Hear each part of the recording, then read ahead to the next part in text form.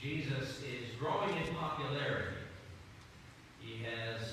He's in the situation that all preachers would love to be, where there are more and more people coming out to hear him. And it's kind of interesting. I want to invite you to pay attention to how Jesus deals with this situation of his growing popularity. Because one of the things you're going to see is that rather than seeing this as something to celebrate, which is probably the way most of us preachers would, he sees it not so much as a sign of his success, but as a problem to be addressed. And so listen to what Jesus says to this group of folks who are deciding that they want to come out and hear what Jesus says as his popularity is growing. Luke 14, starting at verse 25.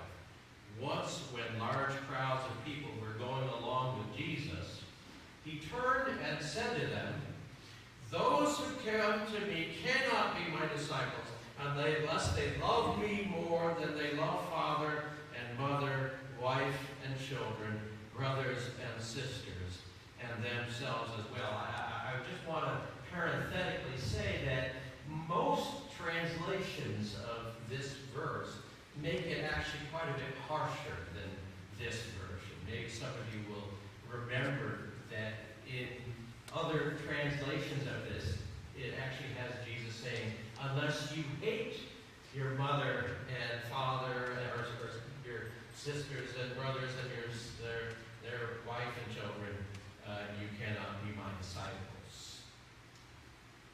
So just a little context there.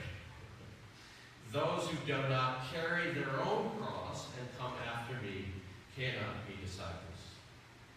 If one of you is planning to build a tower, you sit down first and figure out what it will cost to see if you have enough money to finish the job. If you don't, you will not be able to finish the tower after laying the foundation, and all who see what happened will make fun of you. You began to build, but can't finish the job, they will say. If a king goes out with 10,000 men to fight another king who comes against him with 20,000, he will sit down first and decide if he's strong enough to face that other king. If he isn't, he will send messengers to meet the other king to ask for terms of peace while he is still a long way off. In the same way, concluded Jesus, none of you can be my disciple unless you give up everything you have.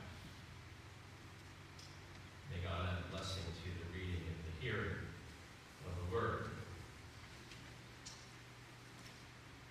Well, the following that I'm going to read are actual responses from comments given to the staff members at Bridger Wilderness in Wyoming during the course of a single year. Comments from people who have been to this wilderness area. Trails need to be reconstructed. Please avoid building trails that go uphill. Too many bugs and leeches and spiders and spider webs. Please spray the wilderness to rid the area of these pests. Please pave the trails. Chairlifts need to be in some places so that we can get to wonderful views without having to hike them. Or hike to them. The coyotes made too much noise last night. It kept me awake. Please eradicate these annoying animals. A small deer came into my camp and stole my jar of pickles. Is there a way I can get reimbursed?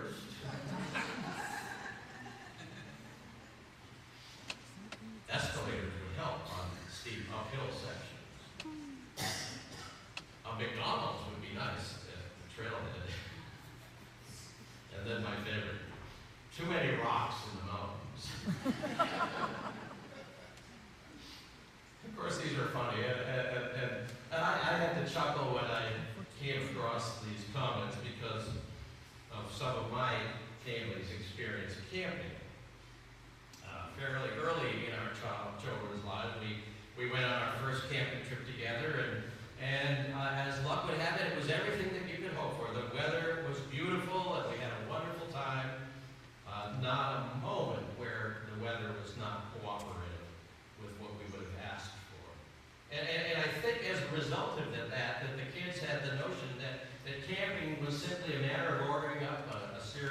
sunny days, and then just going out and enjoying it in your tent and sleeping there. So, of course, they were excited the next time we went camping, only to have the exact opposite experience. And we had sunny days, to be sure, but the interesting thing was that every time that we came back to our site to start getting ready to build the fire for camp, cook the meal or anything like that, the rains came, and then they would rain the rest of the night. And this was the way the pattern was that entire time. And I think if you asked my kids what they learned that summer was that they should be prepared for it to rain if they're going to go camping. It's wonderful to go out and enjoy the great outdoors, but you have to be ready for the fact that sometimes in the process you wind up huddled in a tent trying to keep your sleeping bags from getting soaked. That's part of the cost of being out in the elements. It was a great life lesson for my children to learn and for us grown-ups to relearn. In a sense, that's the lesson that Jesus is trying to pass on in our gospel lesson. He sees a huge and growing multitude of folks who are coming out to follow him, and he wants to make sure that they are not under any false impressions of what it means to truly take up their cross and follow Jesus. And so he tells them some uncomfortable truths designed to let them know that following him is an all or nothing commitment. So here again, what he says to any would-be follower, and of course that includes you and me. Those who come to me cannot be my disciples unless they love me more, or, as I said in some harsher translation, unless they hate their father and mother, wife and children, brothers and sisters, and themselves as well. Those who do not carry their own cross and come after me cannot be my disciples. Now, there's a message guaranteed to make sure next week's crowd is smaller than this week's. As Jesus looked over the swelling crowds listening to him, you would have thought that he would try to make it more enticing to become a disciple.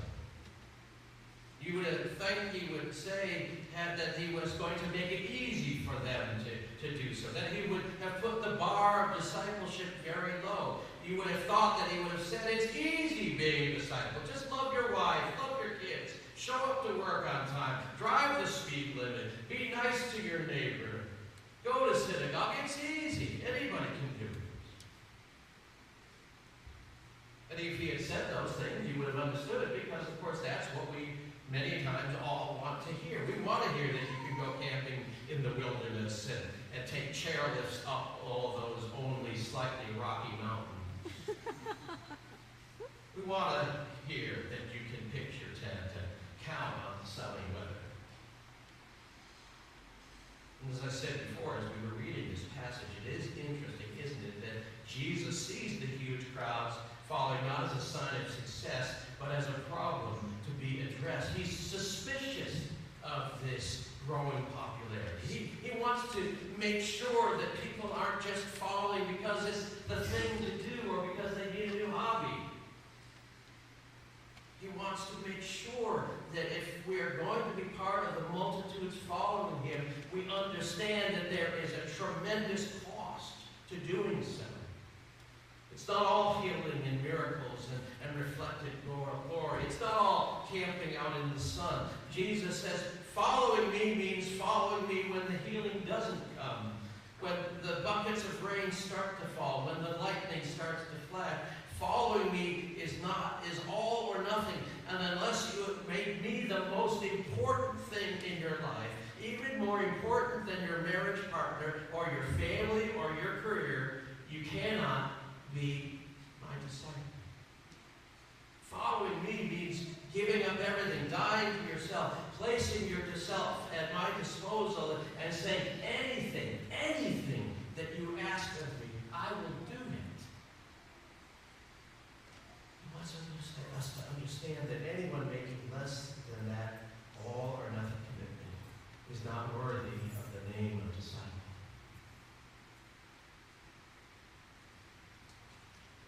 Pick up your cross cross and follow me, says Jesus. I want us to think about that demand, that requirement, in just a moment, for a moment.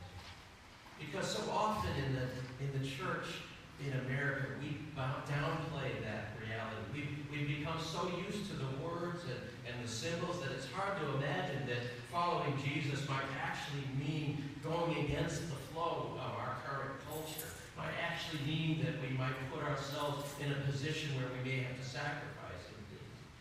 That it might actually mean being like Jesus, who lived such a scandalous life that it cost him his life. He wound up dying on a cross like a criminal. Because that's what he means when he says, take up your cross. You know, when we talk about bearing the cross, so often we mean that someone is undergoing some sort of hardship. And when someone says, I guess that's just my cross to bear, they could be referred to anything from a serious illness to a challenging adolescent son or daughter to an annoying neighbor. But what seldom enters into our range of view when we talk about bearing the cross is bearing it like Jesus bore it. He didn't have a chronic affliction that he didn't choose to accept. For him, bearing the cross meant dying. We don't often think of it in those terms, in terms of picking up our cross and being willing to follow Jesus, in being willing to sacrifice everything for the sake of the world. I think of, in this context, the story of a fellow named Clarence Jordan. Some of you might be perhaps a little bit familiar with him. He was a fellow who founded a cooperative interracial farm in the heart of Georgia in the 1940s. Imagine that, an interracial cooperative farm in Georgia in the 1940s. The farm was called Koinonia, and it still exists today. But in those early days, especially, the existence of such an experiment in kingdom living was very much in question. One day, Clarence approached his brother Bob to provide legal assistance for the controversy of the farm. His brother, who would one day become a state senator and justice of the Georgia Supreme Court, said, "No, I can't do that," he told Clarence. "You know my political aspirations. If I represented you, I might lose my job, my house, everything I've got." "Well, we might lose everything too, Bob." "That's different for you," replied Bob. "Why is it different?" asked Clarence. "You and I joined the church the same Sunday as boys. I expect when we came forward, the preacher asked me the same question he did you. He asked me, 'Do you accept Jesus as your Lord and Savior?' And I said, 'Yes.' But what did you say?" "Well, I followed Jesus, Clarence, up to a point. But could that point by any chance be the cross?" "That's right. I follow him to the cross, but not on the cross. I'm not going to get myself crucified." That's how Clarence responded to him. "Then I don't believe you are a disciple."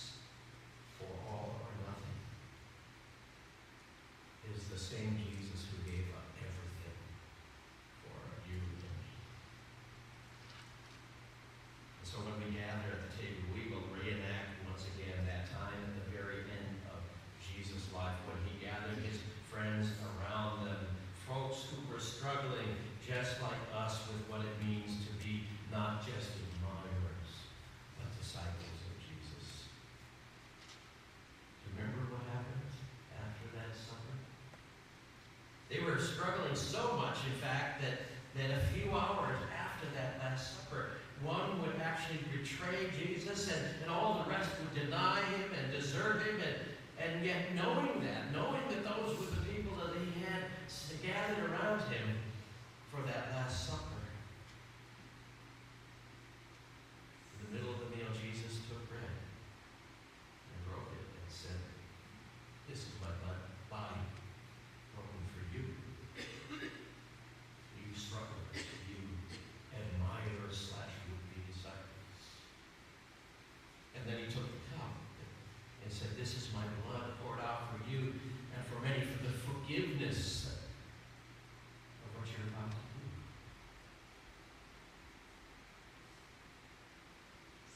See, we have this high calling, if we want to move from admirers to disciples, to take up our cross and follow him even to death. But never forget that this one whom we follow knows our struggles, understands our weaknesses, and gave himself for us so that we might know that even in our struggles and failures we are forgiven and loved. And so when we come forward for this communion, it isn't because we are perfect people or that we never struggle, but that this is a place of healing and forgiveness and then a meal to strengthen us so that when we get up, we get up with a determination that, well, okay, we blew it that time. We're going to get up again and try all over. And maybe this time we might learn something that we haven't learned before. This time we might get closer to